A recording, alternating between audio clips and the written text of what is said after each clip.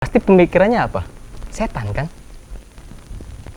Hantu. Gak mungkin kan kalau orang ngeprank makin mukena di gunung.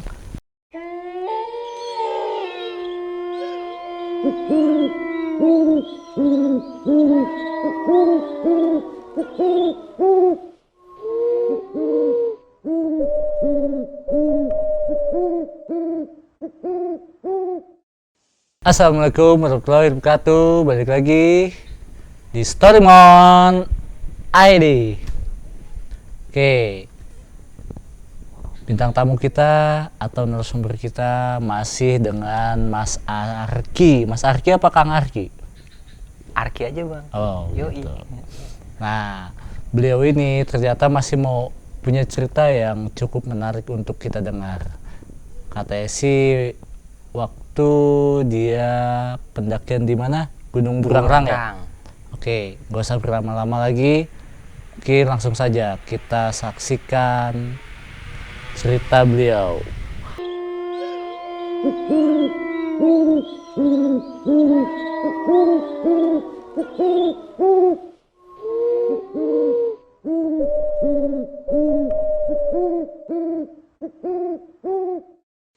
Jadi gini ceritanya bang.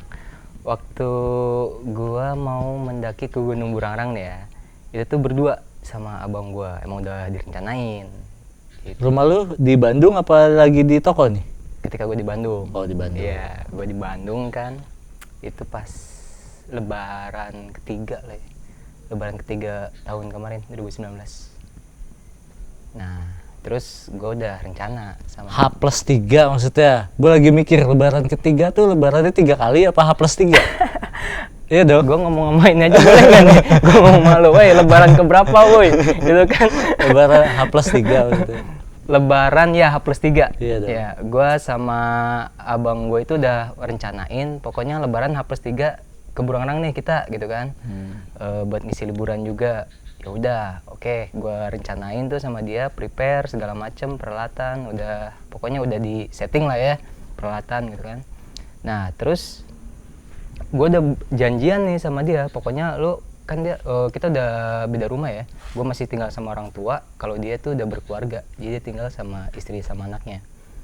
Nah gue bilang pagi pokoknya lu kesini kata gue, kita berangkatnya pagi aja. Kesini kemana? Ke rumah. Ke rumah lo?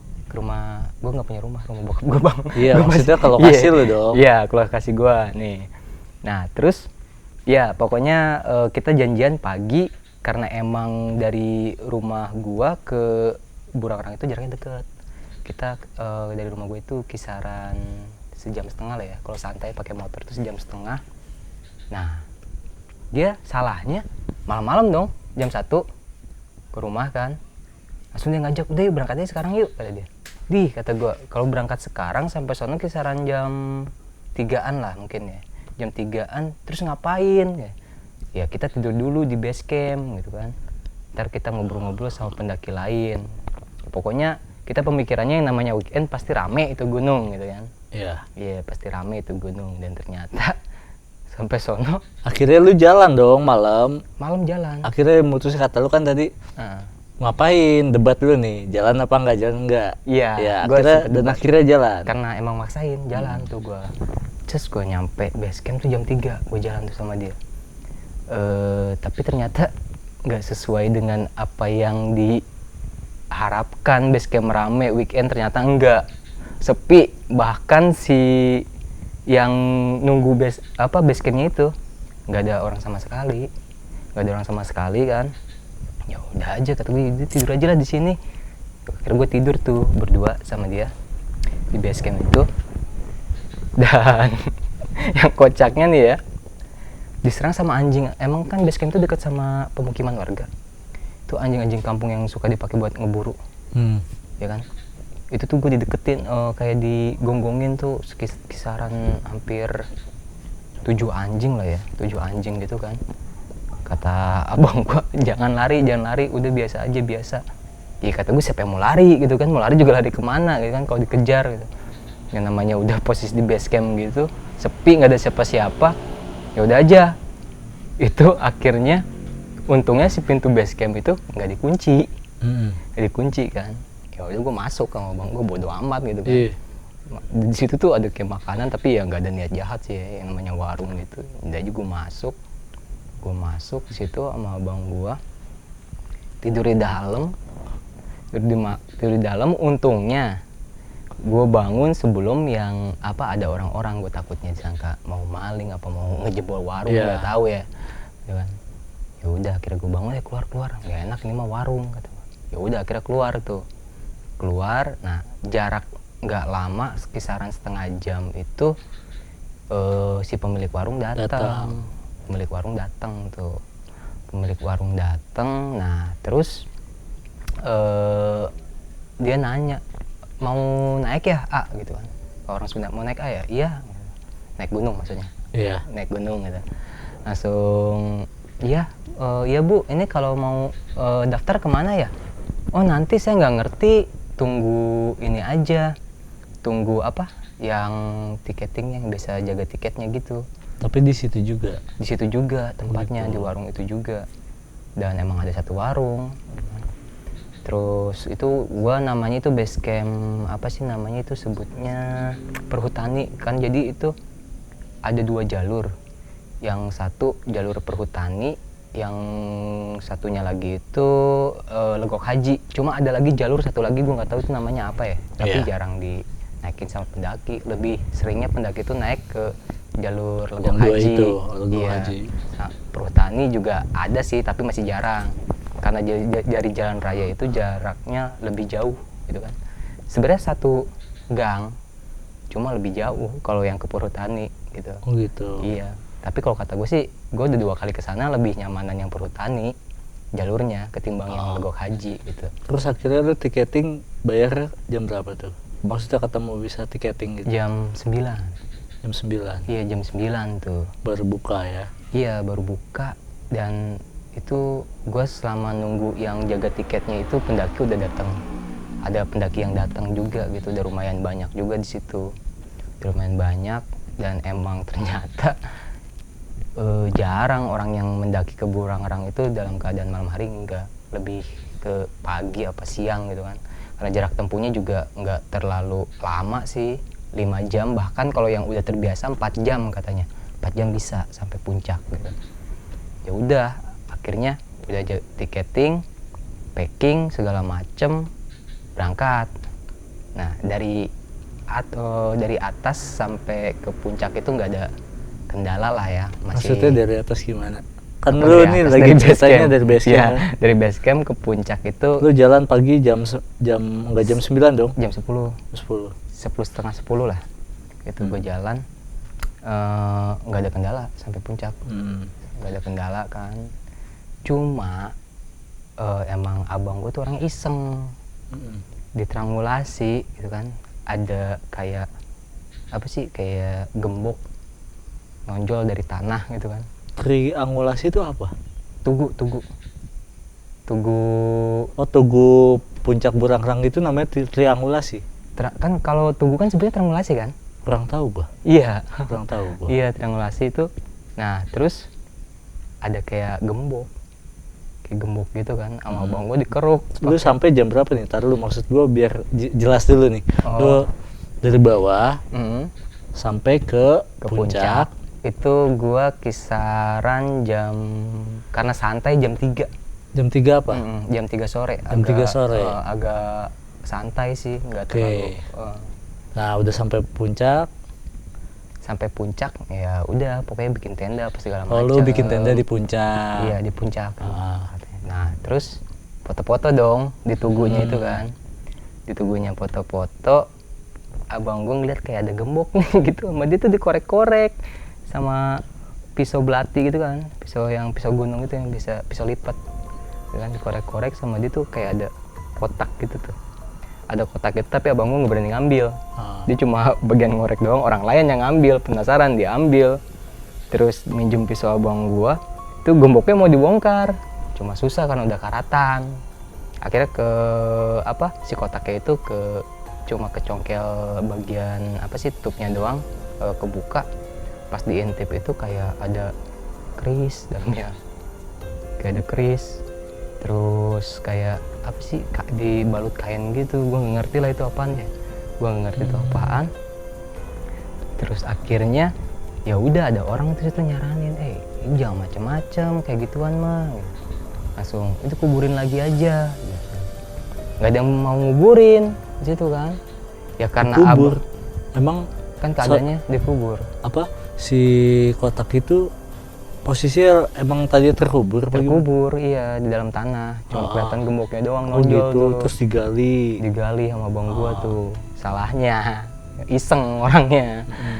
Dan nggak ada yang mau balikin lagi ya, karena gue bilang gini, lu yang ke abang gua nih, gue bilang lu yang ngegali, terus berarti lu yang nguburin, tapi kan yang ngambil bukan gua ya, tapi kan yang mulai awalnya siapa. Ya udah akhirnya sama abang gua dikubur lagi. Dikubur lagi itu ya pas udah masuk ke mau maghrib nih ya, kita akhirnya abis foto-foto udah kisaran jam 5 mau ke setengah 6 tuh mau masuk maghrib, balik lagi ke tenda. Terus abang gue nyari kayu bakar. Emang kalau abang gue ini kalau ke gunung ini harus ada api unggun. Padahal kan hampir semua, nggak semua gunung direkomendasikan kayak bikin api unggun ya. Ada gunung tertentu yang nggak boleh, cuma kalau di Burangrang masih bisa lah ya, cuma harus dijaga jangan sampai ada bencana kebakaran atau kayak gimana gitu kan, kebakaran hutan atau gimana. Malam-malam tuh jam 7 gua sama dia nyari kayu, gua sama dia nyari kayu.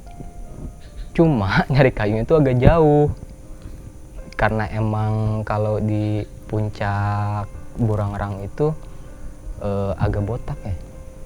Atasnya itu maksudnya botak sama tanaman tuh nggak ada, cuma kayak lahan aja. Lahan buat bikin tenda kayak gitu kan.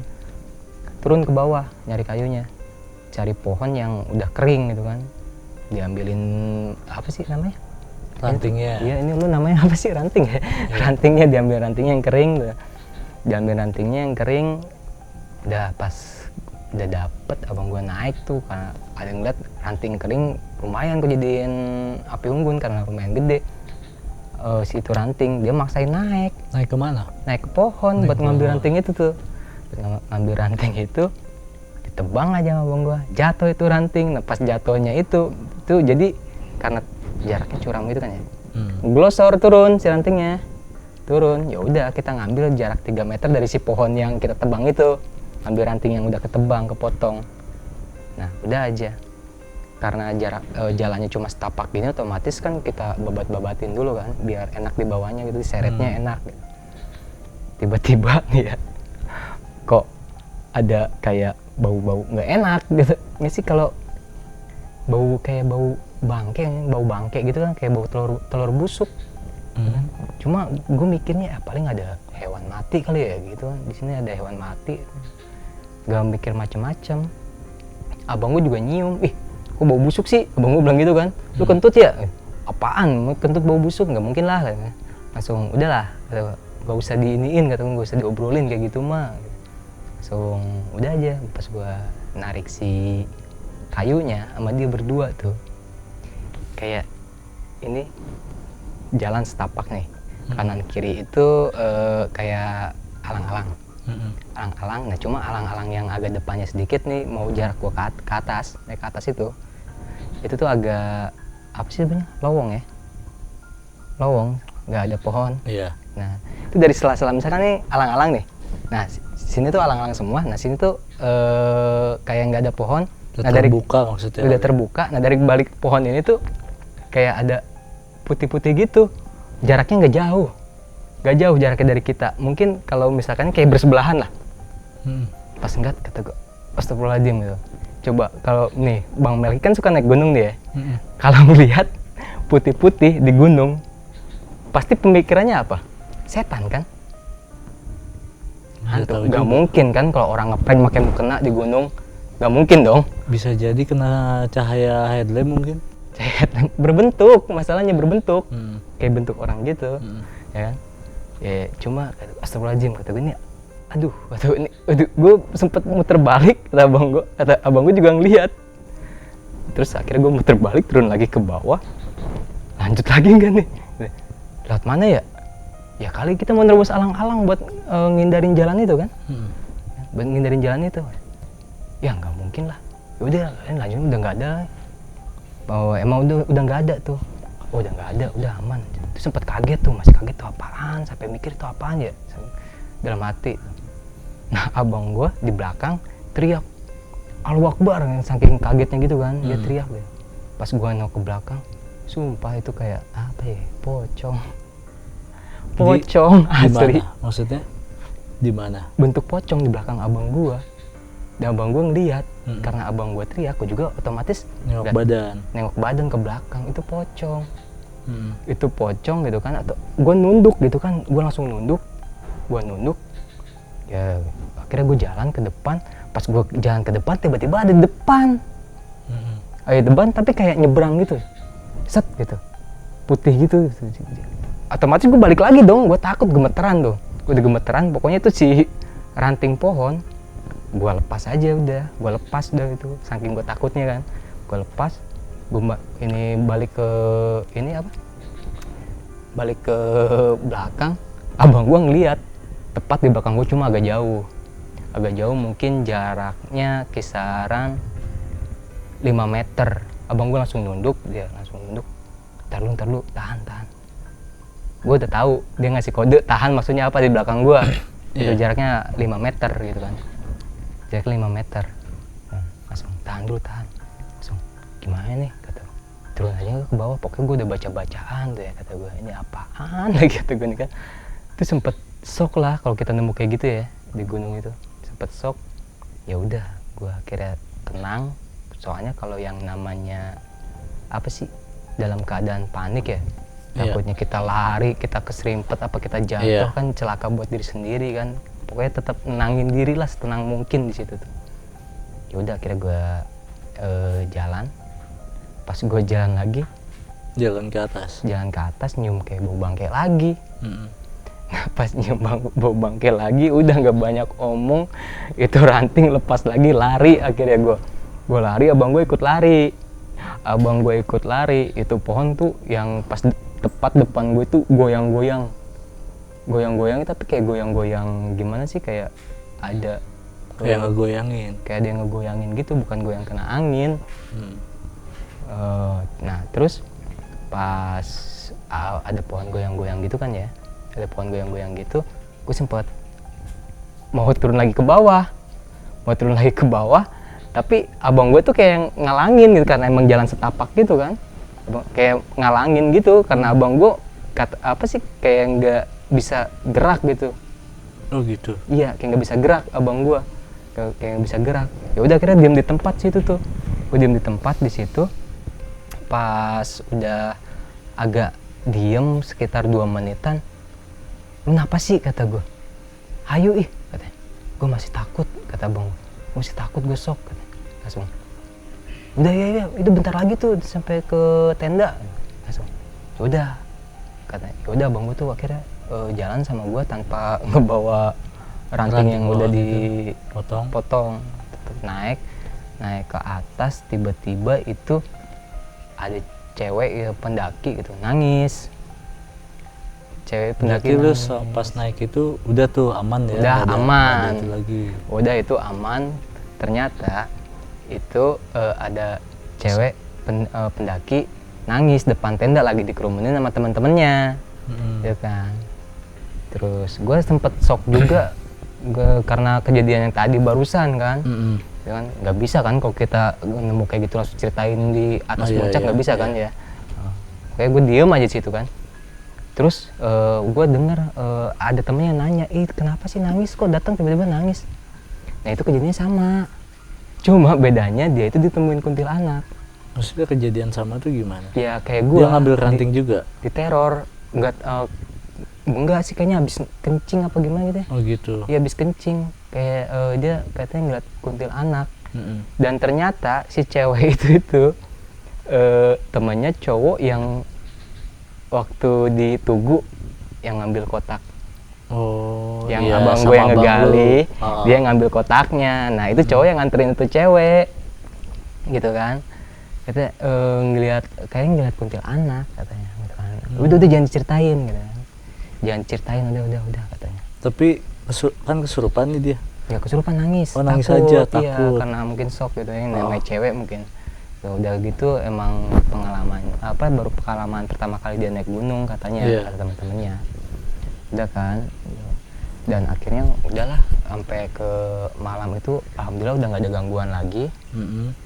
Pas paginya abang gua ketemu sama nemuin orang yang ngambil kotaknya itu, yang ngambil kotaknya. Si temen cewek itu? Iya, yang nganterin ceweknya pipis. Iya. Otomatis ngobrol. Iya.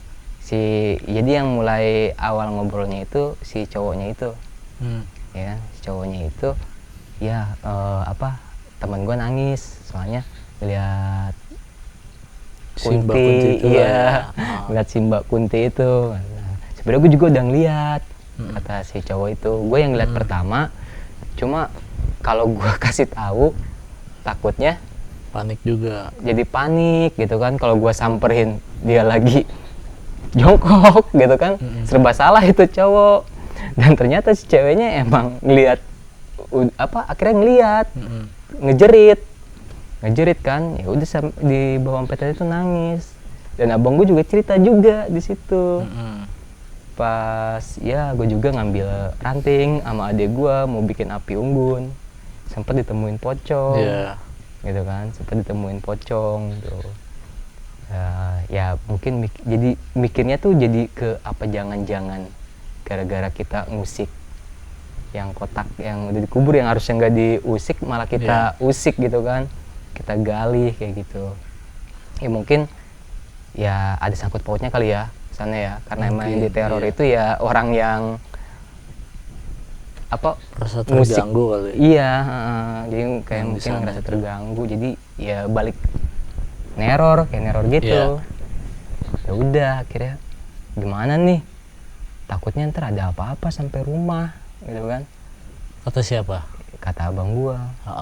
Gimana diceritanya ke gua, takutnya ada apa-apa sampai rumah. Kalau kita mau minta maaf gimana, nggak tahu juga kan. Soalnya urusannya udah sama mistis ini gitu kan. Soalnya kita diteror gitu.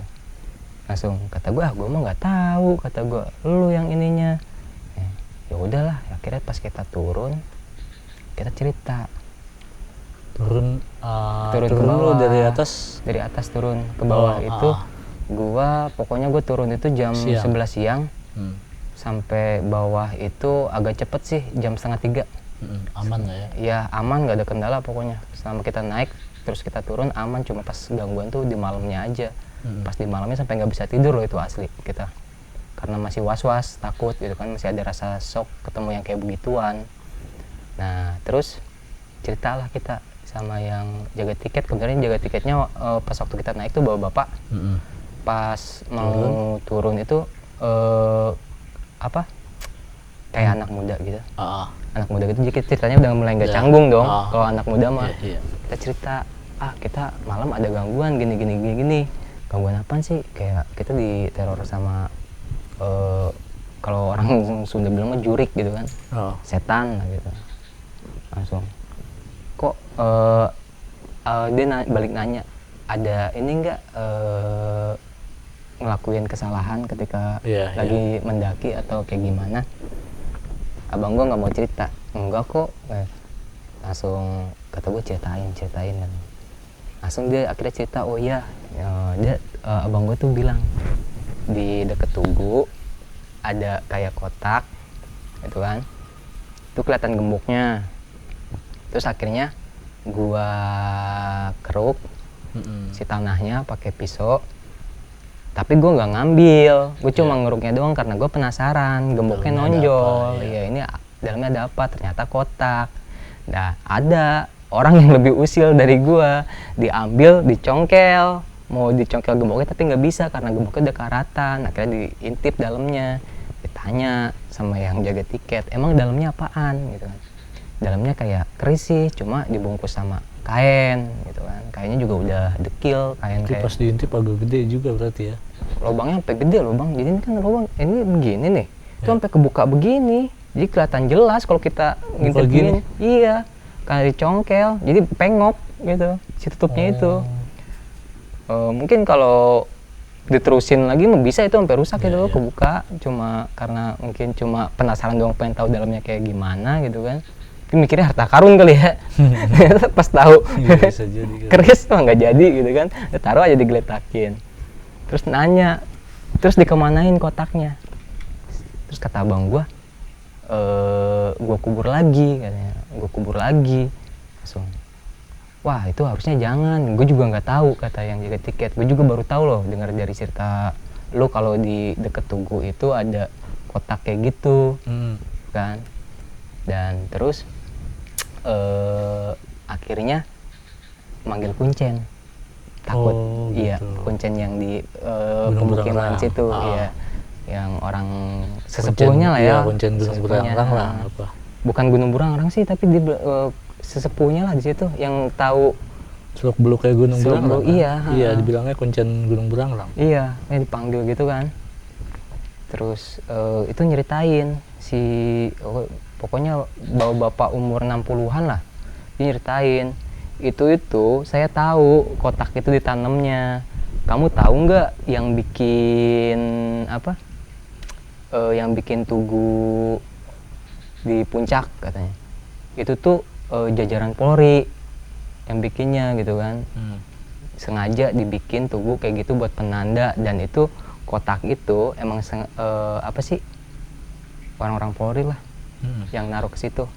Kata kuncennya. Kata si bapak itu tuh. Si kotak itu. Iya. Orang-orang Polri pasti ada tujuan. Kalau kotak itu ditanam deket Tugu, ada tujuannya dong.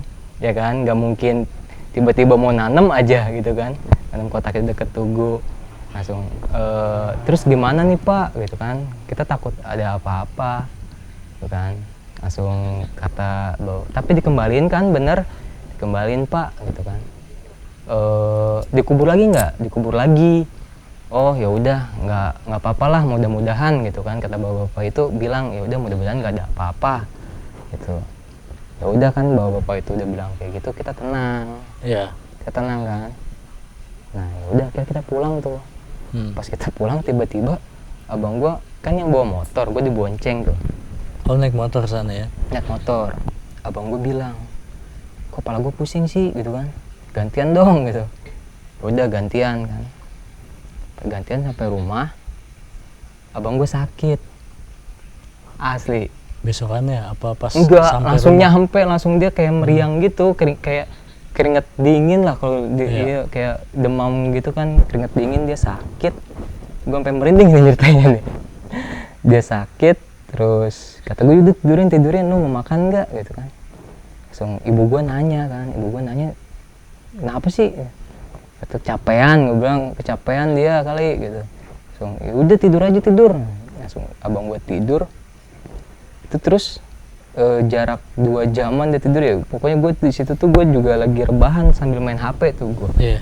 Teriak-teriak dia kayak orang ngigo. Oh gitu. Abang gue tuh asli teriak-teriak kayak orang ngigo. Terus dan akhirnya dibangunin dong sama gue kaget. Dia bangun, terus dia cerita. Iya. Dia cerita katanya dia kesesat di Gunung Burangrang.